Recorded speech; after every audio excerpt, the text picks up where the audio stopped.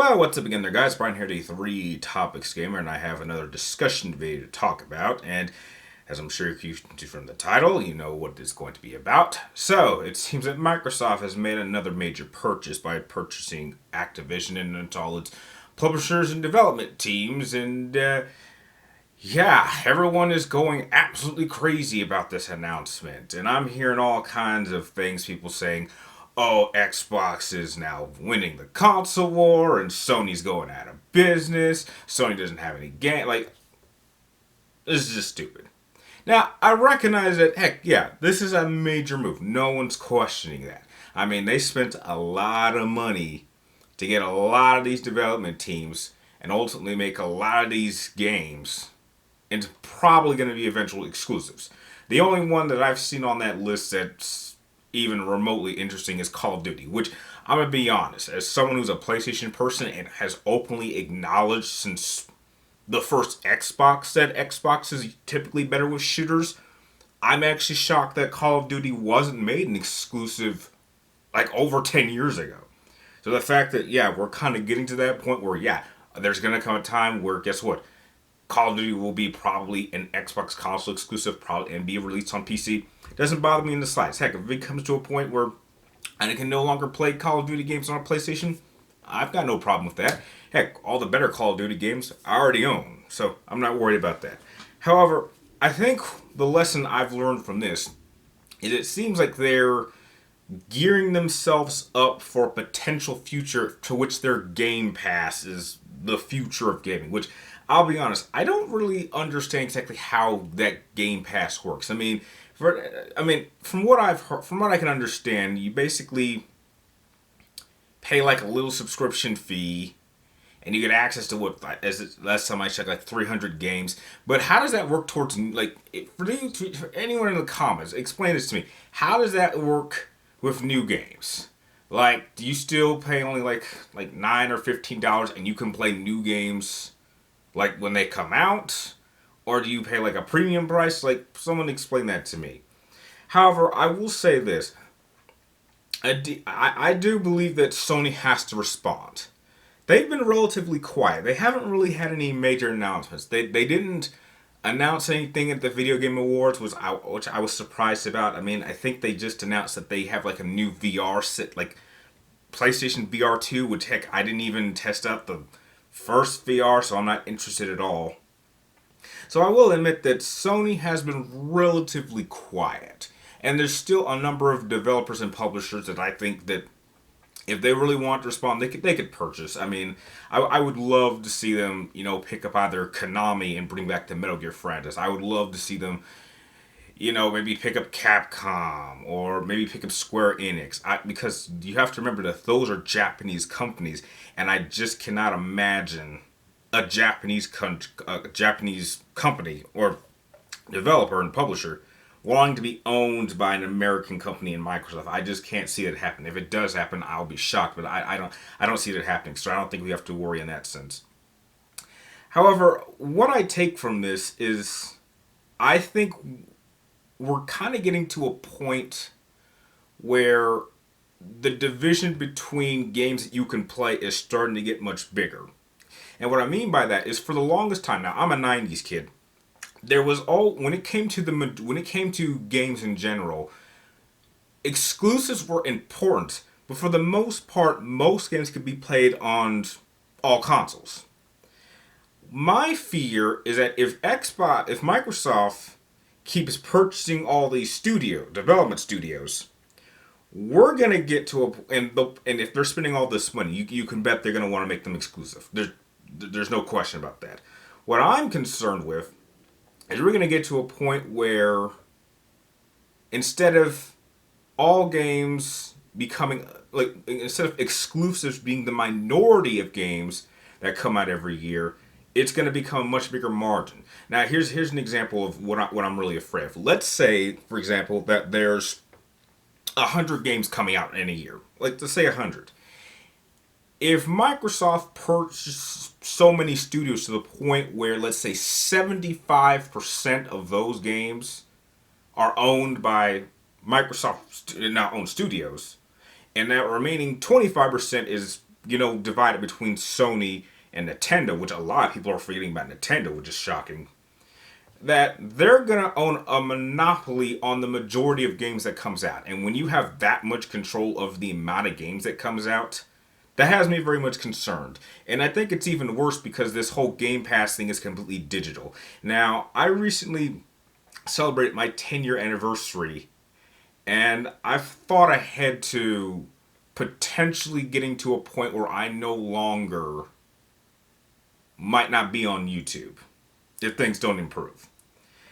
What I took away from this deal is we're slowly moving towards a possible future in which even I was thinking, if things keep going in a certain direction, it might eventually get to a point where I don't want to play games anymore, or at least games coming out in the future. Because the one thing I'm really afraid of, the one thing that would make me stop be interested in gaming in general, is if we eventually move to an all digital market and the physical gaming market is completely removed from the equation. I've never in my life paid premium prices to get a full price game. I'm very much an old school 90s person, so I would like to have a physical copy of games. But with this whole Game Pass thing, you remove that equation. And I think that if they get so many studios and they have access to so many games, what's going to stop them from wanting to increase the prices of those memberships? I mean, if they control the gaming market to that point, I mean, who's to say they don't increase that price to say $40? So that's how much you have to pay. Now, some people might do it, and some people, might say, heck, that's just too much. But heck, if they control the market, then you don't really have a choice.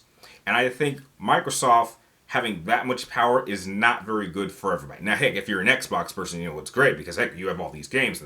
That's wonderful. But I just think that because I believe Microsoft is kind of like a really... I think they're very bloodthirsty. I think that if they had an opportunity to take Nintendo and Sony and run them out of business, do I think they do it? Yeah, I think they do it. I think it's run by those type of people. I don't think Microsoft is... I don't think they like sharing. It's a business, so heck, that's what they do. But it's just kind of a scary thing. I mean, we already have like pure digital consoles, but at least you have the choice. I'm afraid that by the time we get to say PlayStation 6 or PlayStation 7 and whatever Xbox and Nintendo system you have, it's going to be all digital. And once it gets to that point, I really don't think I want to be a part of gaming in general. I just don't like that idea. I don't like the idea that I won't really be owning any of my purchases, and I'm not paying full price for a purely digital thing, a digital game. I'm not for that in general. I'm strictly, just strongly against that idea. Now I know that some people don't have a problem with purely digital media, and that's perfectly fine, but I personally am, and I think that with this purchase, it's just going to encourage them to maybe buy more studios. Because apparently they still have like a lot of money and they're doing much more purchasing, and there really aren't there aren't too many studios that I saw. Like I saw like a list that someone uploaded of like studios that were still available, and I was like, yeah, a few of those I can't see them buying because they're Japanese owned, so I don't see the Japanese selling to an American. But these other ones, heck, they pick them up. I can see that they're definitely preparing for the future. Microsoft is preparing for a future, so they're picking up all these studios. And then they're gonna... Sorry. Still have a little bit of a cough still. And it definitely seems like they're just trying to build up as much as they can for a future in which they will control a large majority of the amount of games that comes out. And that, I don't think, is very good for at least the majority of gamers. At least that's my opinion. Now, if you're an Xbox person, you're going to feel fine and dandy and feel like you're the king of the world, and that's perfectly fine, but that just does not sound very appeasing to me. And I even saw like an article that came out today that apparently Sony's stock went down by like $20 billion, and people are saying, oh my god, this is like the beginning of the end of Sony. I'm like, that's just stupid to think that Sony's gonna bounce back once they release a top tier quality game. That's fine. And here's the thing. Even though they're purchasing all these studios, that doesn't guarantee a quality game. It seems like Microsoft is kind of going for the quantity instead of going for quality. At least when Sony typically releases exclusives, it's quality games. And they sell a lot, and they're very successful, and they're highly praised. I mean, I haven't seen it happen for a Microsoft game in a very long time. And just because they have all these studios doesn't guarantee that they're going to have great games, because they haven't even had them yet. I mean, you have all these studios. Where are the games?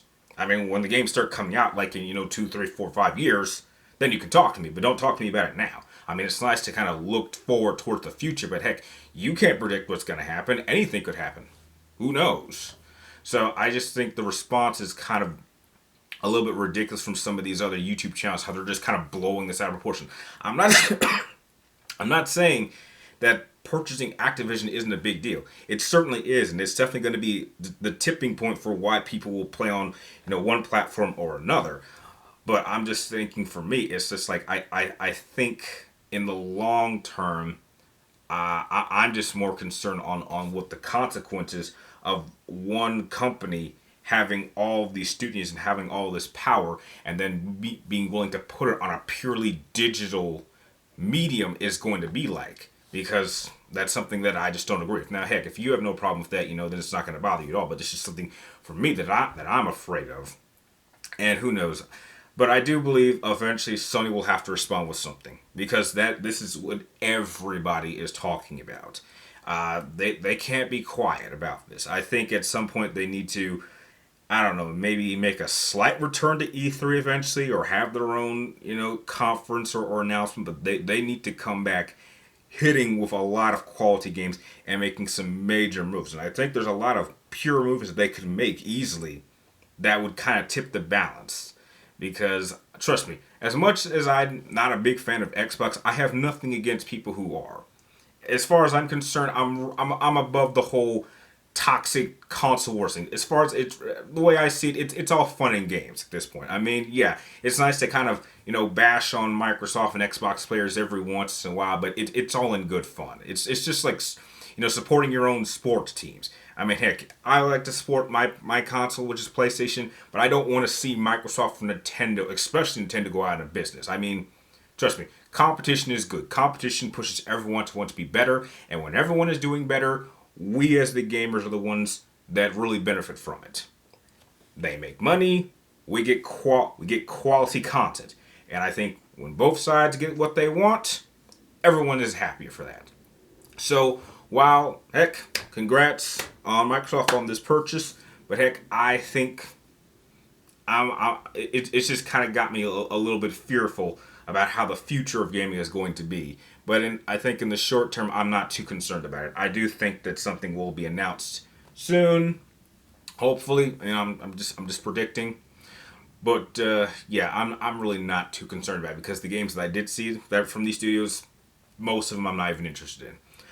But those are just my thoughts, because I know some of you guys would just want to hear my initial thoughts on this deal. But what do you think? How do you see this? Do you think it's too significant? Do you think Sony's going to respond, and how can they respond? Or do you think a purely digital gaming media, which is what might end up happening, is what's best? Or do you guys think you have a problem if they get rid of physical gaming in general? Share your thoughts with me and everyone else in the comments down below. And if you like this little discussion video, please do not feel free to like and to share, and keep track of me, and subscribe and keep track of me on my future videos. And like always, thank you guys for watching. You're awesome, and I will see you all next time.